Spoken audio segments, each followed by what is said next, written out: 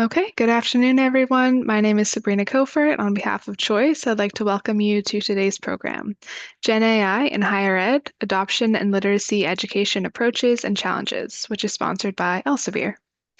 This session is one in a series of sponsored webinars from Choice that addresses new ideas and developments of interest to the academic library community. I'll just put a couple links in the chat where you can register for upcoming webinars and watch previous webinar recordings. Also, if you're interested in library technology, LibTech Insights, or LTI, is a content vertical from Choice that examines the day-to-day impact of library and education technology on academic librarians, researchers, and students. The channel provides practical guidance on technology trends and products, including AI and AI literacy, user experience, useful tools, and job profiles, all of which are written by and for librarians. You can find out more about LTI and read the blog via the links in the chat, which I'll put in. We send out one email a week with our latest posts and some hand-picked tech news stories, usually in the realm of AI. Okay, now before we get started, I'd like to point out just a few features of our webinar software. All attendees who join the presentation are automatically muted and your cameras are off, so don't worry about generating any noise or feedback. We've got that taken care of for you. In the main area of the screen, you can follow along with the presentation materials. To adjust the size of the slides or video, you can use the divider in the middle of the screen to slide the sizes to your liking. We are using the Q&A feature today. Please use it to submit any questions or comments for our speakers. I will answer as many questions as we have time for at the end of the presentation, so please do type your questions into the Q&A module as they occur to you. You can also use the upvote feature to highlight questions you like or would like to be addressed. Also, there's closed captioning available for today's session. To toggle the automated captions on or off, please use the Show Captions button on the bottom panel of your screen. You can also turn on automated translation for the captions by clicking the arrow button, toggling on translation, and selecting your preferred language. Last, please note that we are recording today's program, and everyone who registered should receive a follow-up email with a link to the recording, the slides, and some resources. And with that, we're ready to get started, so I will hand it over to Emily. Great. Thanks so much, Sabrina, and thanks to Choice for making this webinar possible. It's so great to be here with all of you today. I'm Emily Singley, and I work in library relations at Elsevier, and I will be the moderator for today's session. So next slide, please. So I'm here with David Leffler, who is the Discovery and Access Librarian at Liberty University, as well as Joshua Marsh, who is the Graduate Research and Instruction Librarian, also at Liberty, in Virginia. And it's wonderful to have them both with me today to speak to their experiences implementing generative AI at their institution. And I also especially want to thank Josh because he stepped in last minute. We had a speaker from another institution who unfortunately had to bow out, and he's done a fantastic job putting together a session in really record time, which I think is going to be excellent. Next slide, please. So here's what we're going to be covering today. I'm going to kick us off with just a little bit of background and scene setting, and then I will pass it off to David, who's going to talk about adoption and literacy education approaches and challenges. And then Josh will close us out with some practical applications in research and instruction. And then we will get into Q&A. I imagine we'll probably dive right into audience Q&A, actually. So, because I think we have some excellent content to cover. And I do want to second what Sabrina said about making sure you're putting your questions into the Q&A box as soon as you think of them. And we'll get to those at the end of the program. And you can also upvote questions. We'll be going through those questions in upvote order. So with that, I'll just dive in and give a little bit of background to sort of give us some context as we talk about this topic. So where are we currently at with AI, generative AI use for scholarly purposes? Well, as you probably all know, you're probably seeing it everywhere on your campuses. Your students are probably using ChatGPT or something all the time. And we're seeing this in these in the data as well. Students have really embraced generative AI for different uses, for finding sources, for synthesizing and understanding those sources, and for writing, right?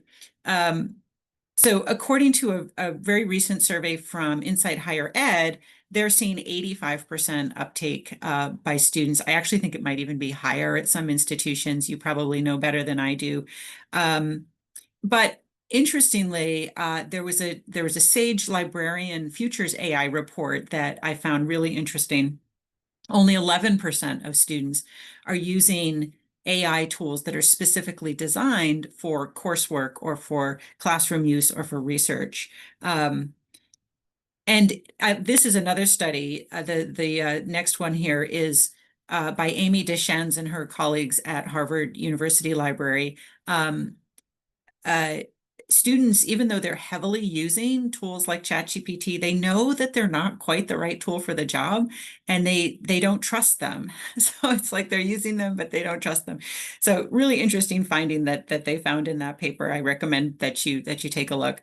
Um, and then lastly, faculty members, right? Adoption is lower among teaching and research faculty on campuses, even though 90% of the administrators on those campuses are really positive around AI. So some interesting gaps there.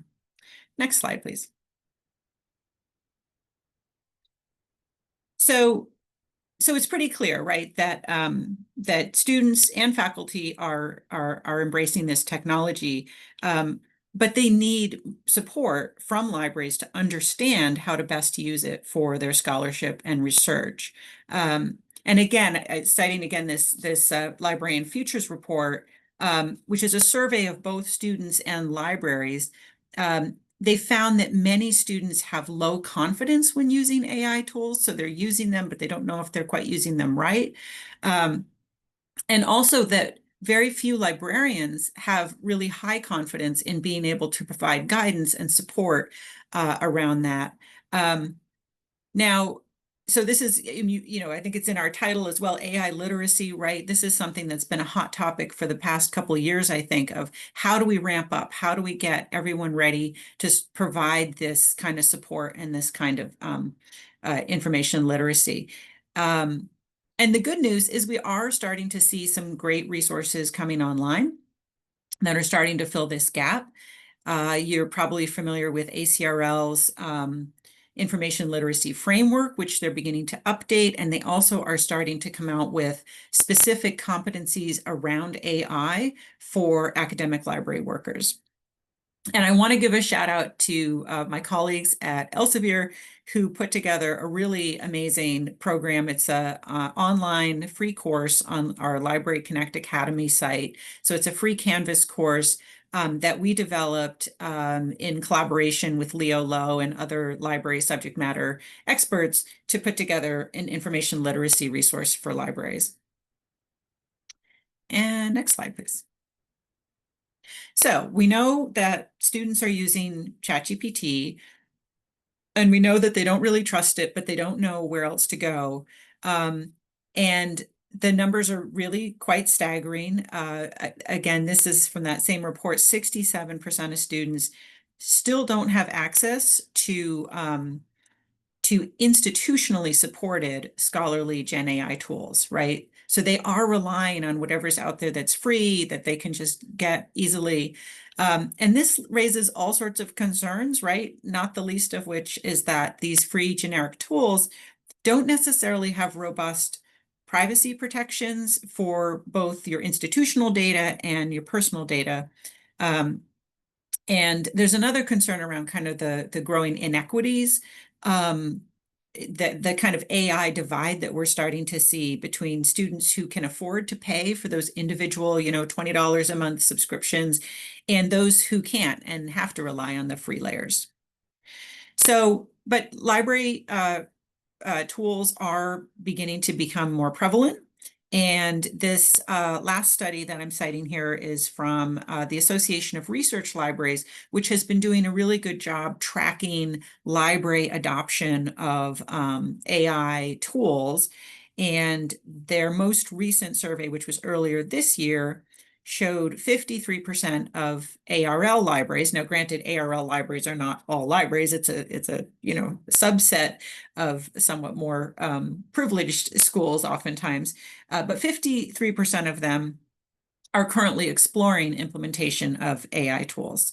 So I think we're starting to see a move in the direction of kind of institutionally supported generative AI to support the needs of our students and faculty who are already diving into these tools with both feet.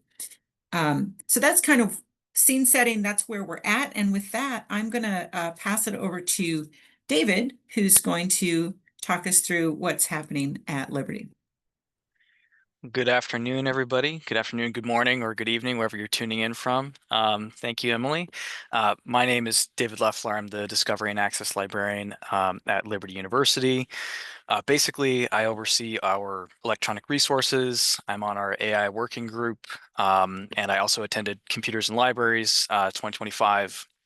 I basically stayed in the AI track for that the entire time. I'm certainly not an expert in all things AI, but today, what I'd like to talk about is how the JFL is engaging with AI, sort of a boots on the ground approach, and kind of a pulse for how we at the JFL are engaging with artificial intelligence in academia. So first, I thought I'd start with talking a little bit about Liberty's statement on AI. Of course, this is not the entire full statement. There's just a few things that I want to highlight. Sort of the implications of how Liberty has approached AI. And the most important one is copy and paste. So the idea of originality and authenticity, making sure that students aren't just, basically putting a full text PDF into ChatGPT and then saying, hey, can you give me a synthesis of this? And then copying and pasting that. Or even on a smaller scale, using ChatGPT to generate its own ideas and then copying that and then directly pasting it into an assignment. That's basically a big no-no. That's my very uh, simplified way of describing that, I guess. Some people may think that's sort of restrictive. So not using AI generated text in your papers might seem like, I don't know, fairly restrictive, but we want to make sure that students are putting forth their own original ideas and whatever they're putting in their assignments is actually authentically theirs. All right. So we have an AI working group at the JFL. This is comprised of a variety of different departments and people. So we have an associate dean, our head of collection management, Josh, so graduate research and instruction librarian, our coordinator of collection services who oversees metadata and cataloging, myself, our head of research and instruction, and then our library systems admin. So it's not a huge group, but we have a lot of different perspectives. So we kind of collaborate as a group when we are discussing and thinking about onboarding new AI products. What does the group actually do? There's a few things I think that it's sort of manifested into. One is reviewing products. So talking pretty openly about what products are currently on the market, what are they actually doing, sending emails to each other. So trying to make sure that everybody's in the loop in regards to these are AI related webinars or conferences, just kind of way of keeping everybody in the know. I'm sure a lot of you know AI is a fast changing market. So making sure that everybody is up to speed. And so also tracking any developments that we need to be aware of as part of our functional job. Some considerations for onboarding new AI products. So the first step, I think, is defining what AI means. This can kind of feel like a gray or nebulous area. So two examples, I think, as far as libraries are concerned. So is the AI feature, is it assisting with a Boolean search? Or is it synthesizing full text? These are kind of two primary examples that I see when library vendors talk about, we're integrating AI into our products. It tends to be one or the other, whether it's, we're trying to help with simplifying the searching features and it's sort of performing Boolean in the background, but AI is helping with that with natural language, or it's actually synthesizing the abstract or the full text of the article and doing some of the the thinking work for you. And then thinking about the user experience. So this is obviously going to vary depending on whatever products you have. We use Summon over Alma. If you guys use Primo, we talk about how certain AI products may affect the end user experience. So if that's going to make the existing user experience easier, or if it can actually, in some cases, make it a little bit more confusing. Okay. Some more considerate or some challenges for actually onboarding the new AI products. Obviously, cost is one of them. So fund allocations, trying to get a quote for something, making sure that it makes sense within the fiscal year. That's obviously a very important consideration for everybody. And then demos. I think one of the most practical things that we can do as librarians is request demos and ask, if a library vendor is saying, hey, we have a new amazing AI product that's coming on the market, one of my first thoughts is, what does it look like? What does it actually do? Can I see it? And kind of getting to play with it for a little bit, I think is extremely helpful. And then obviously it's just new territory, where everybody's learning. It's not like there's been a huge history of these AI products on the market. So it's constantly changing, which is one of the challenges for onboarding new products. So to date, Scopus AI is the only product that the JFL officially licenses as an AI product through the library. There are some other AI tools that you can probably technically use, some of them which we've turned off. But right now, as of today, Scopus AI is our only licensed AI product. I thought I'd just touch on real quick other AI tools that are widely being used in academia. Some of this is anecdotal from the faculty members that I rub shoulders with, and also the students that I help mentor and work with for research consultations. Obviously, no surprise, ChatGPT is a major player. I think we all have valid concerns about using ChatGPT. One of the main ones being we don't really know what's going into ChatGPT. It'll synthesize and provide you an answer with equal confidence, but we don't necessarily know all of the content that is being ingested by it. And then Elicit and Notebook LM are other tools. They're not necessarily research tools from library vendors. These are just products that I know a lot of students are using, a lot of faculty members are using. And my understanding is there is an appetite for sort of closed systems where users can put in full text PDFs and then have those in conversation with each other. Again, I'm just being descriptive here. These are just things that I've heard from other faculty members and students and how they're engaging with scholarship. A lot of, Notebook LM or Elicit users, I think those are going to be graduate and PhD students that are working with large amounts of PDFs and they're wanting to find a common thread between their research and these AI products help with identifying some of that information. All right, so no surprises here. Problems with using ChatGPT for academic research. A lot of us are familiar with these. Fake sources. I actually tried to write an article at one point, and I asked ChatGPT to generate some resources to help me, produce this article. And then I went into Summon over Alma, and I looked up every one of them, and they were all fake. Obviously, that's not always going to be the case, but it is a significant problem for students that use ChatGPT as their primary starting point for research. Hallucinations. So, things that are partially true or just outright false, but I think in more cases they will be kind of true. Obviously, a huge problem for academic research where precision is very, very important. And then transparency. And I think this is really where tools like Scopus AI are a huge benefit for academic libraries. Because I don't have a line to OpenAI. I can't ask them questions about hey, what are you guys ingesting into your LLM? Whereas Elsevier, there's a channel of communication to talk with them about you know what went into developing their AI products and what's in them. All right, AI and librarianship. Real quick, AI and information literacy. This is sort of the boots on the ground stuff here. I teach, I'm our liaison to the School of Business, so I go into a lot of classes and I teach on business research. And right now, we don't really have a large overarching, like, hey, if a professor asks you about AI, this is exactly what you say. So just being transparent, we don't really have like a script that we're reading from as far as academic librarians at the JFL. It's mostly been, faculty members asking, hey, what do you personally think about AI? So all that being said, I think it's still kind of in development right now what librarians are going to do in terms of AI and information literacy. As I mentioned before, I attended Computers and Libraries 2025. I stayed in the AI track the entire time, and these are really honestly my two main takeaways. I was surprised by how few libraries had official policies on AI. I had attended Computers and Libraries for the last couple of years, and I know people have been talking about developing official AI policies.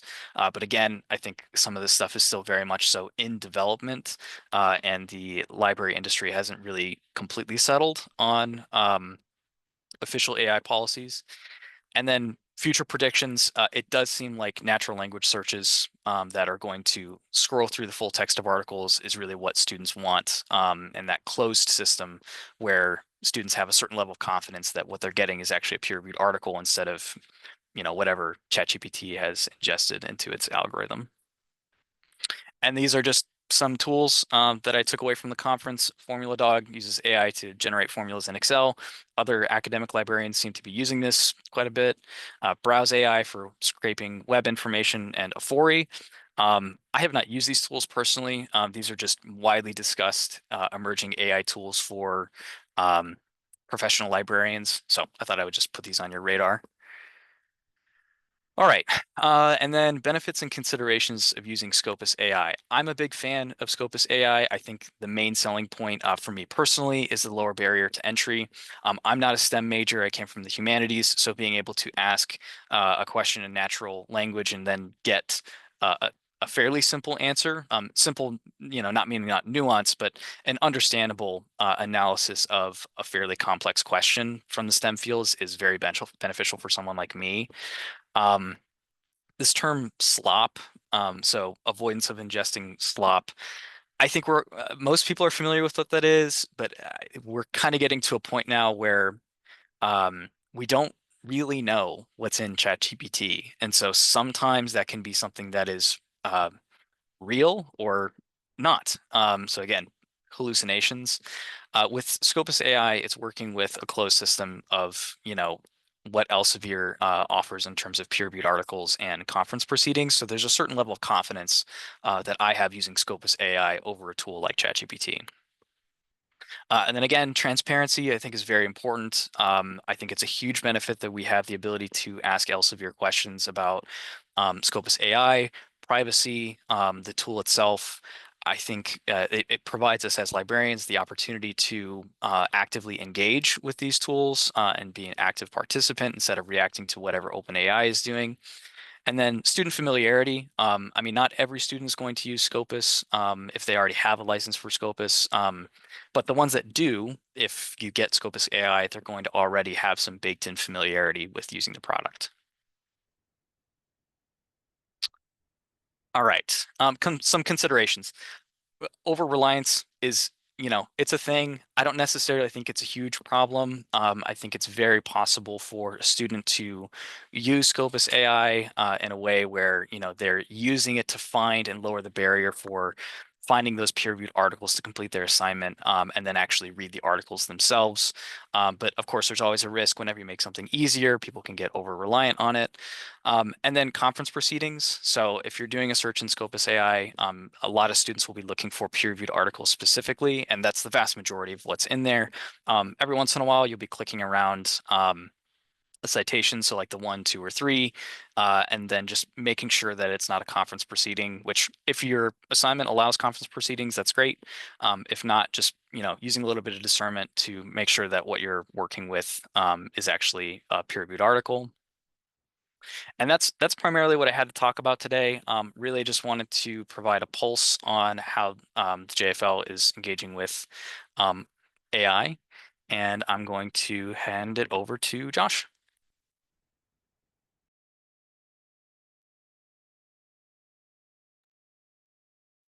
Okay, thank you so much, David. And David is a fantastic person, by the way, just so everybody knows. If you don't, a chance to connect with him later, you should, because he's a fantastic coworker. So thank you for the wonderful introduction. Hard to follow up, honestly, but that's okay. We'll make it work. So I'm so excited to talk with you about generative AI in higher ed, looking at specific applications in research and instruction. So this can be a challenging topic for a lot of people because AI is changing all the time.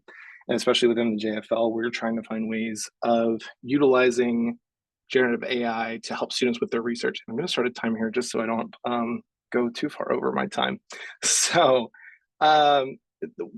what I put in the title slide here is actually a representation of conceptual framework that I was working on, and it's what I want to do with students. I want them to use generative AI to think about and utilize research in an effective way. So there's a lovely picture of the lovely JFL at night, and me at longer beard at the time. So research and instruction in the JFL. So what are some of the things that we do here as far as the research and instructional department? So we utilize research guides. We direct students to look at curated resources that liaison librarians have created for them in their different topic areas. We help students access print materials and electronic materials. We help students learn how to navigate databases. Some students have no idea that databases are even a thing. And we talk about access to journals. We talk about practical synoptic approaches for research. So not just having students find one or two articles, but thinking about how do a multitude of different resources work together and how can I synthesize and use higher order thinking skills and deeper levels of reading to approach my research. Talking about reference management even and utilization of their resources.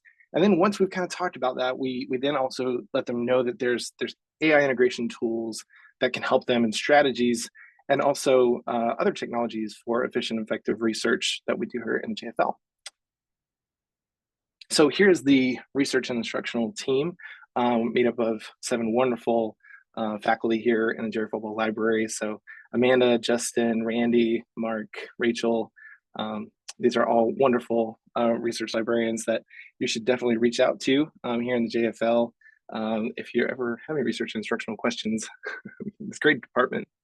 So how do I use AI and how does it play a role in research and instruction? So I will use AI as a research and instructional librarian to create meeting summaries. So taking the transcripts and using Copilot to generate meeting summaries that I then will take and I will send to the faculty or student that I'm working with and say, hey, here's a summary of our meeting. I review it before sending it to them and just kind of get all the highlights. I then also use AI to create next steps for the students. So it creates some strategies for how they can utilize the resources that we're talking about in the meeting for digging deeper into their research, and also some recommendations for how they could follow up with me after and some questions they could think about.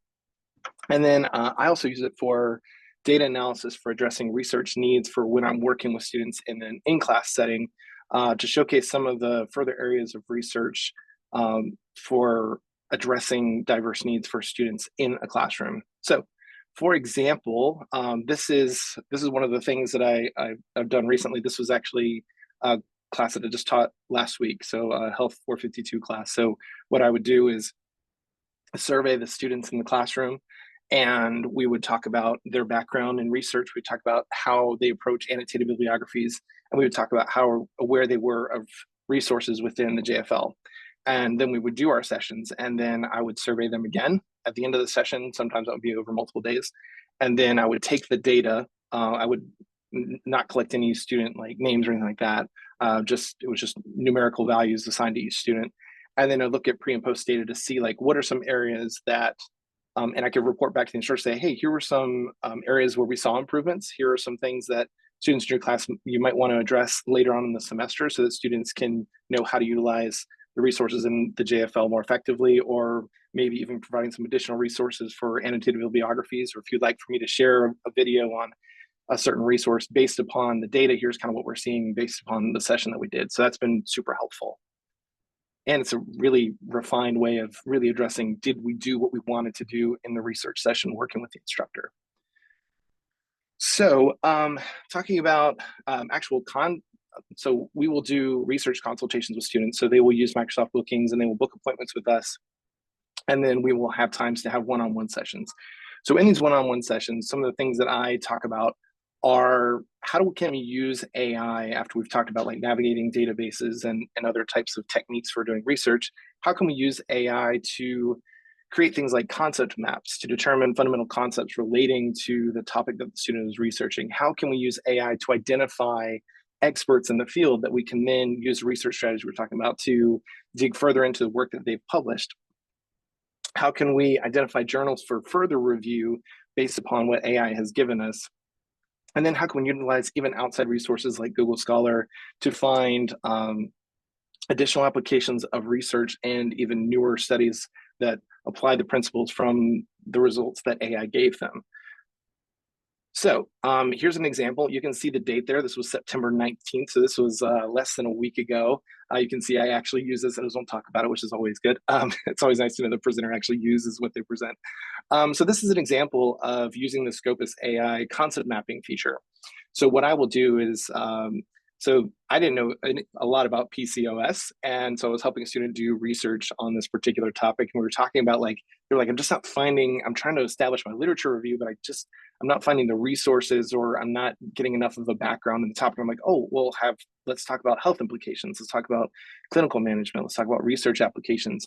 Let's talk about gut microbiota. Let's talk about depression. Let's talk about obesity. So what I love about this is it allows for students to think about, oh, what are some of the underpinning concepts relating to my topic? It's not giving them answers like someone would assume AI does, and it's not just giving them fictitious result. It's actually giving them something to dig deeper into their research, what I think is super helpful for students when they're struggling to really find those connecting dots to, you're going to see I have a lot of dots in my presentation here, when they're trying to connect these dots into their research to see like, how do I establish a good background and a good literature review around PCOS? And I always tell them I take the Spider-Man approach, which is the with great power comes great responsibility. And that also applies to AI. So this is not all that they should use, but it does help them if they're trying to find other areas of digging in deeper to their topic, to use those keywords for deeper searches. So what I'll also do is I'll say, okay, so let's identify some of the top experts, individuals who have many or multiple citations in this area, this topic of research. So these are individuals that I would say, okay, we can kind of look at the background and look at the published works of these individuals to kind of see like what's going on, what's relevant in the space. So I really like being able to help students, like if they're not really aware of like who kind of the individuals that are publishing in the PCOS, for example, study that I was helping a student with, like, let's try and identify some people that you might want to like focus on those individuals first, and then kind of see some other areas where they have worked with other people. So it's just an example of some of the different types of amounts of citations of those individuals. So what I'll also do is I'll say, okay, when we are finding an article using Scopus AI, and we want to find out, okay, what other articles have utilized this research. So let's say it was published in 2021, and we want to look and see what has been published in the last 4 years with this research. What I will have the students do, and this comes from one of my good colleagues, Randy Miller. I saw him do this, and now I use it in every session. I will take the title of the journal article, and I'll take it over into Google Scholar, and I will say, okay, I want to find all the cited works in the last 4 years for this article. And I will then have the students look at those articles and say, like, okay, which of these articles relate to PCOS, and are these journals valid for the research that you're doing? And then, they can dive into those journals as well, and even show them how they can link their Google Scholar to Liberty's connect to the Jerry Falwell Library, so they can get access right to those articles when they find them. So this is a great way for just like extending beyond just looking at one article or one summary of an article. I'm like, let's take this article and use it to catalyze our search for looking at how people have applied it in other areas. Potential AI tools that I'll also have students do. So I'll have them take, and it's not just, so there's Scopus AI, but there's other tools that they could utilize as well. So I will have them, if they have an article that I'm like, that's a great article that really supports your contentions, let's see what other connecting ideas can come from that. So I'll have them take their article and upload it into lit maps to connect with other articles and other ideas relating to their work. I'll have them take the article and find connected authors using Research Rabbit, so using AI to connect with authors and even other institutions. So this was that same research session that I did with a student the other day on PCOS. So looking at articles, this is based upon like citation and date, and you can change up the results of your lit maps search by changing different parameters. So if you want to have more heavily cited works that connect with the ideas from an article, or if you want to have relevance of the year or when it was published, you could change the different parameters so students can see different types of connecting ideas. And it's not just cited works within that paper, but it's also helping students find other areas that they had not considered that connect with the ideas from that article. So this is an example of utilizing Research Rabbit. So what I would have students do is if they found an article, or if we used AI to find an article, and we wanted to find like, oh, what other authors connect to this article, that we could then explore either the author's works, or if we want to explore other connected organizations, institutions that have something to do with this topic. It just takes them down a rabbit hole, and it really kind of adds a layer to the work that they're doing, to be like, oh, it's not just one article anymore. Now I've found connected ideas. I've found prior research in the last 4 years. I've found other authors that are connected to this article. So there's so much depth that was there that wasn't there before. So, we kind of walk them through this process, like, what is a database? What's a journal? Now, how can we use AI to support what we understand is foundational and important in being an academic researcher, but utilizing AI in a way that's going to help us add depth into our work and make our work even better.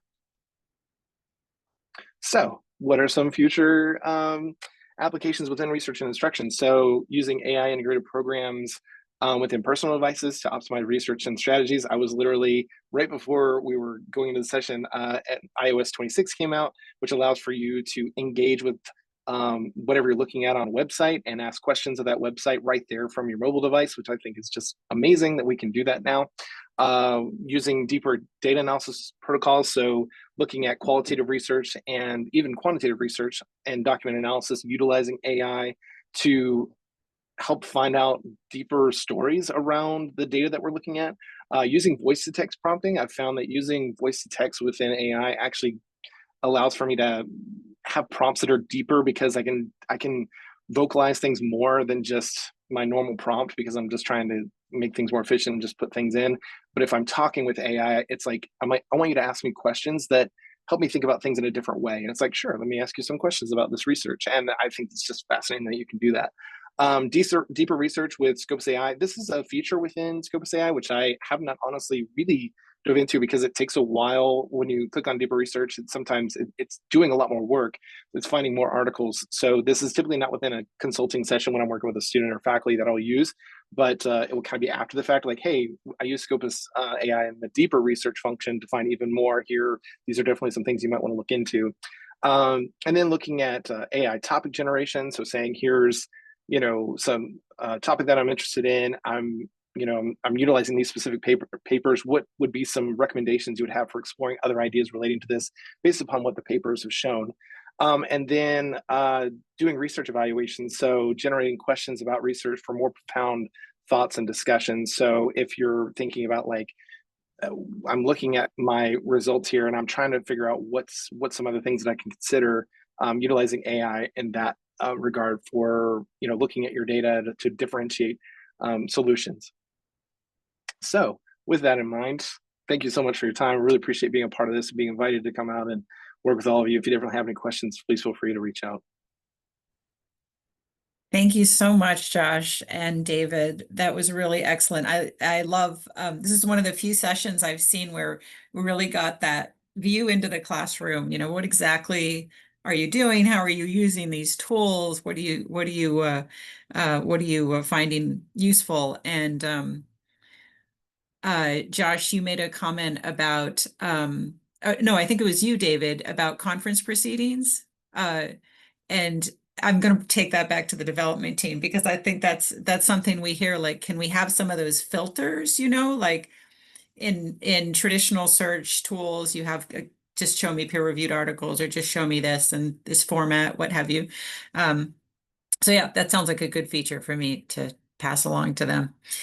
All right. So thank you so much. We've got about 15, 20 minutes that we can dive into some of your questions. And I've been watching the questions come through. Thank you so much for all these great questions. We will get through as many of them as we have time for. I am going to sort them by upvote. So please use the upvote button if you see a question you want, or if you don't see a question, add another question, and we'll just go through them, and I will direct them to either David or Josh, or take it myself as I see fit here. So the most upvoted question is from Karen. Thank you so much, Karen. This is an excellent question. Karen writes, okay, but what about climate change and data centers using up the power grid and water resources? And I want to know from both of you, David and Josh, how you think about this as you evaluate tools. But let me just share a little bit about how we think about it as a tool developer and at Elsevier. So we are a company that has pledged to be carbon neutral by 2040. We take that very seriously. And we obviously, with AI tools, we're very aware of the impact that these tools have, particularly in when these models are being trained, but also in their use, right? Anytime you use it, there's an impact there too. So one of the things we do is we think about the partners. We partner with Microsoft to use their models, and we like that partner because they have also made commitments and are investing quite heavily in renewable energy. So that's important to us. But also how we develop and how we use these technologies within our products. So for example, a lot of times with research tools, you don't need a large language model. You can use a small language model. So for example, when you type a query into Scopus AI, there's some AI work that's being done to sort of translate your natural language into Boolean, run it both ways, try and find keywords, try and sort of expand out your query. All of that doesn't need a large language model.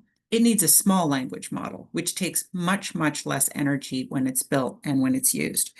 So thinking about using it efficiently is really important to us, and not using it more than it's needed. But I want to, for folks who are curious about this, one of the things that's been frustrating is some of the big tech companies it's been hard to get a number, like what is the energy use? And there was a recent piece in MIT Technology Review.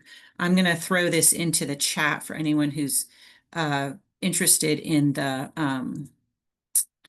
gotta open the chat and throw this in. This is an article that highlights a study that Google came out with around their Gemini tool, and it actually gives us real data that we can now look at to say, well, how much energy use? And their median query takes up the equivalent of 1 second of using a microwave. So I think that's a good way to think about this. When you put one of these into one of these models, a prompt into a model, you're using up 1 second of microwave time, which is a fair amount of electricity because microwaves also use a lot of electricity. So I've literally been thinking about maybe I'll eat my pizza cold so I can have 30 more queries in my LLM use. But it's important to just understand, what the energy use looks like and be cognizant of it as you use these tools. But I'm curious, David and/or Josh, if either of you want to weigh in on, was environment a consideration as you thought about tools or as you think about these tools and bring them to students? Either one. David. I'll start. Well, I certainly don't have the answer to this. I mean, it's a significant problem. It's a very good question. I will just say for myself, I think trying to talk to students in a way where they're being mindful of using tools like ChatGPT for just play, as opposed to trying to lower the barrier for entry for everyday ordinary people to understand scientific research, peer-reviewed articles. I think there's a clear application for that as opposed to using ChatGPT as, basically a plaything. What I primarily do is tell students like, ChatGPT can be wrong. So I don't want to sound like I'm anti-open AI, but there is a cost. Students should know that. And I think introducing a little bit of doubt and skepticism for them using a tool like ChatGPT just all the time, I think can be helpful in trying to do something about that problem. But I certainly don't have a full solution for it. It's a very good question. Yeah, Yeah, thank you. I would say one of the things that I promote is utilizing generative AI within the resources that you provide. So I don't have data to support the energy efficiency of using your own resources and then using the AI model to just work within the resources that you provide. Like, I don't know how much of an energy difference there is from, say, using AI to surf the web for whatever resources you're looking for. But on top of the fact that I'm promoting that we're using the AI tool only as a way and a means for connecting us to other resources, so other journals, other databases that are going to help us to dig deeper into our studies. And it's not just looking within, I really wouldn't say that I promote utilizing a lot of AI applications outside of, like, unless you're providing the data that it's searching for. So I don't have the hard data to say like this is more energy efficient. But I would imagine that you're not utilizing the full scope of AI by not saying like, go and find me, this thing outside of this database or, across the World Wide Web. I want you to either look within these journals that I provided or looking within, the data that I provided to help me uncover different, themes or ideas. So it's kind of like thinking deeper with AI. Also, I think helps us to think more efficiently when we're promoting effective practices for students. Again, I would love to do a study on that though. So we should talk about that. I was just thinking that. I was like, Maybe oh we my gosh, should. I can see like I feel like there's a need for AI literacy instruction to include like an environment module. I could almost see that like here's responsible ways to use these tools that are more efficient. And like you say, like not just using it for everything, but thinking about where it's really, and I think you had some great examples of where it's really, really useful in a research setting. So yeah, I'm thinking about that. That's really interesting. Well, I don't Great. know if you do publish it. I don't know how you cite a Zoom meeting for getting your Right, yeah. your idea. Yeah, I know. But Yeah, hey, if you exactly. publish it, please just say where you got the idea. That's all I ask. Oh, I'm thinking we co-author here, Josh. All right. Thank you for that. Let's go on. The next one comes from Sue. Sue says, how do you balance promotion of AI tools for research with faculty concerns about students not learning research skills? For example, how to do a lit review. So maybe this one over to you, Josh, with your research and instruction hat on. Or do you get any kind of pushback from faculty who are like, I don't want them using that stuff? Actually, it's quite the opposite as far as my experiences have gone, that they're like, oh, I wish I would have known about this to encourage my students to utilize this particular application sooner, because like utilizing the concept map creation, it's like having students think about like, oh, I didn't think about this particular application within the topic that I was looking at. And so often, like, we don't know all of the different terms that are associated with a given topic. And that can be a real struggle because you're doing your research or you're using your keywords and you're missing a lot of content and information that adds to your literature review. And so I tell them like, this is a great way for you to think about, oh, this is a component of the background of my work that I never would have considered otherwise, just because I didn't have that background knowledge. So I think it's been really effective for the instructors that I've worked with, just to say, here are areas for you to explore further and deeper than just topical, because it's so readily available to you now. And using it within the scope of AI, I think within resources that are there that are academic, is incredibly helpful, because like, oh, it's not just generating random ideas out of nowhere, it's actually utilizing academic literature to generate possible topics for students to explore deeper. So I've had nothing but pleasant experiences so far. So yeah, I'm not sure if I'm great. I'm a little biased probably. Yeah, that's great to hear. I think it's shifting too. I think maybe a year ago, I heard more of that kind of thing from libraries and from instruction librarians. Um, and maybe it's just become more commonplace with faculty use and they're more accepting of it. Yeah. Um, Excellent. Next question comes from Catherine.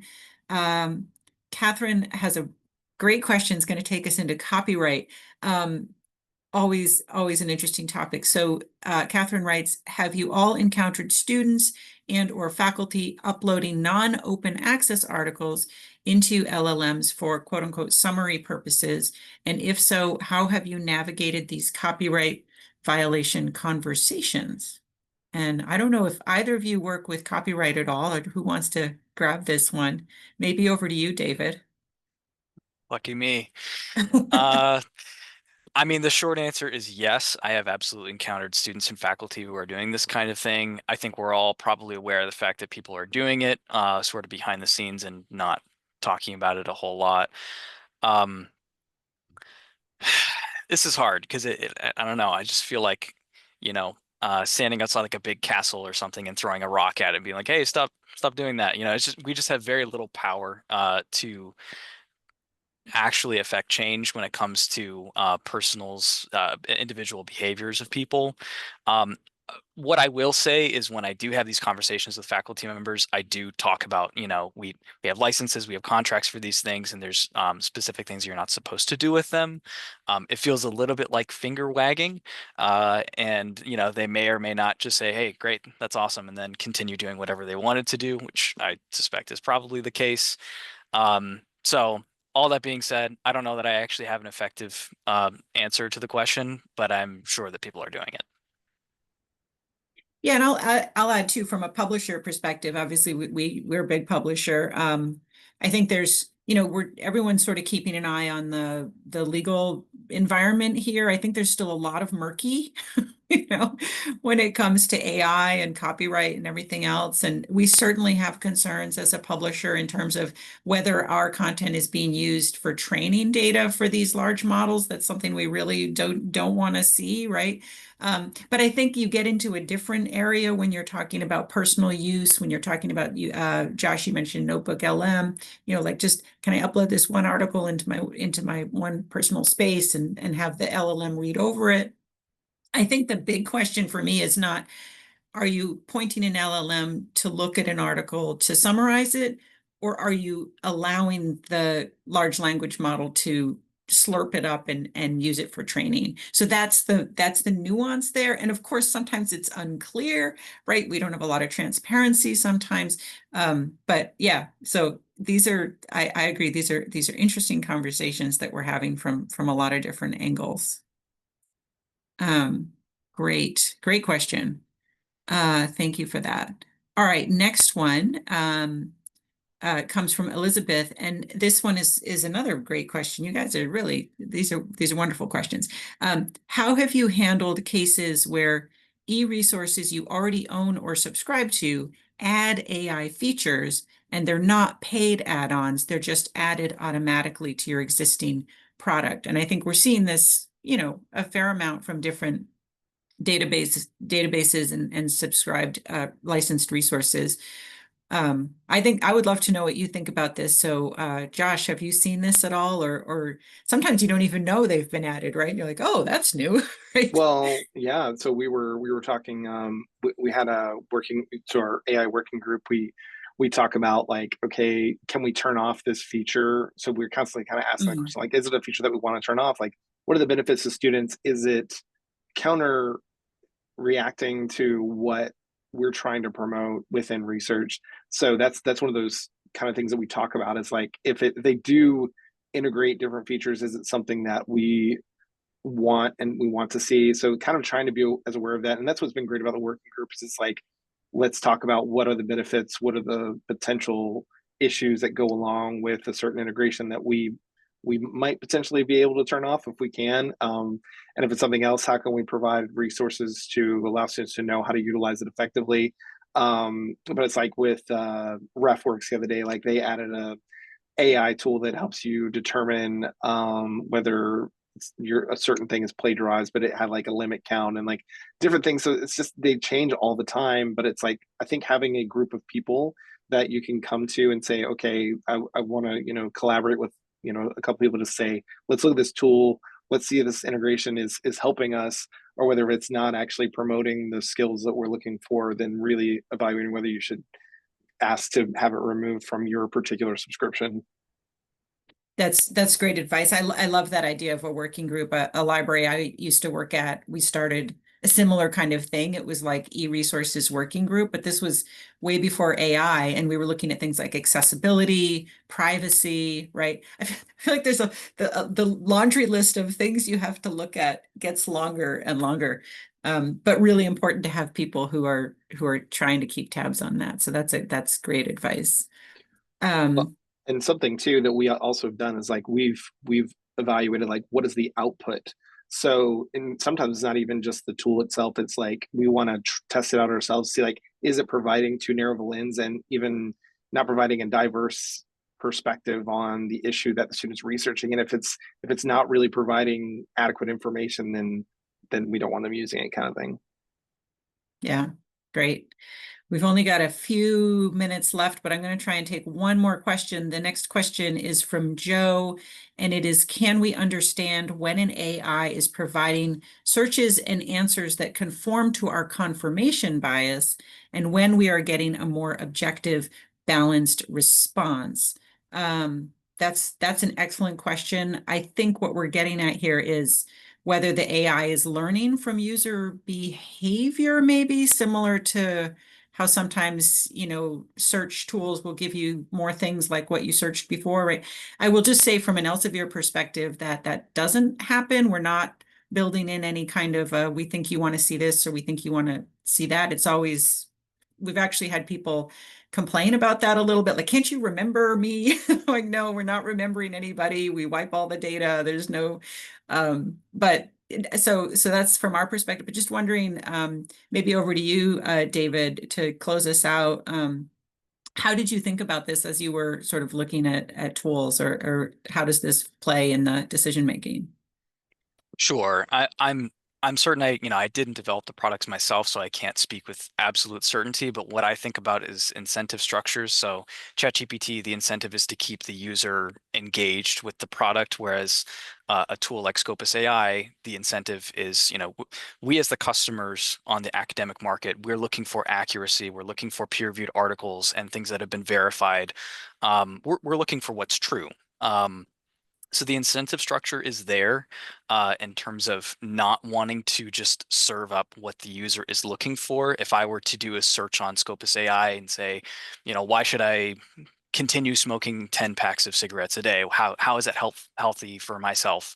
I would expect, Scopus AI is going to tell me, don't do that. That's not going to be health promoting to you. That's not to say that, ChatGPT is going to tell you to smoke 10 packs of cigarettes a day. It's just, I think you're understanding the metaphor that I'm providing. It was just, the incentive is not to keep the user engaged and affirm what their prior beliefs are or what they might want them to be. It's to synthesize the abstract of a peer-reviewed article, and whatever that is, that's going to be the answer that it provides. Yeah, that's a great way to close this out, because I think that's the main difference. Like we were talking earlier about, students are using these generic tools. We want them to be using these research tools. Research tools are just looking at the research. They're not question answering bots. They're not trying to answer a question. They're just saying, here's a summary of a bunch of articles and here's the links to the articles, right? So it's a different kind of approach. Absolutely.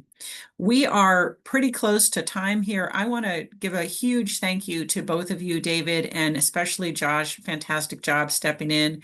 I really enjoyed hearing about what you're doing at Liberty, and it's great to see that sort of hands-on, here's what's actually going on, examples. So thank you very much to both of you. I'm going to pass this back to Sabrina, who can close us out, but thank you both.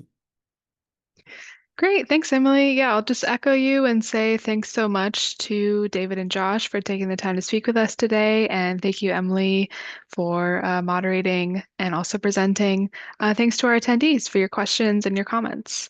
I'd like to remind our viewers that we did record today's program, so be on the lookout for a follow-up email from Choice with a link to the recording, the slides, and some webinar resources.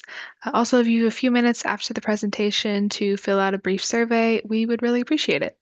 So thanks again to all of you out there for joining us. We hope you learned something new from the session and hope to see you again soon on another webinar. Thanks. Bye, everybody.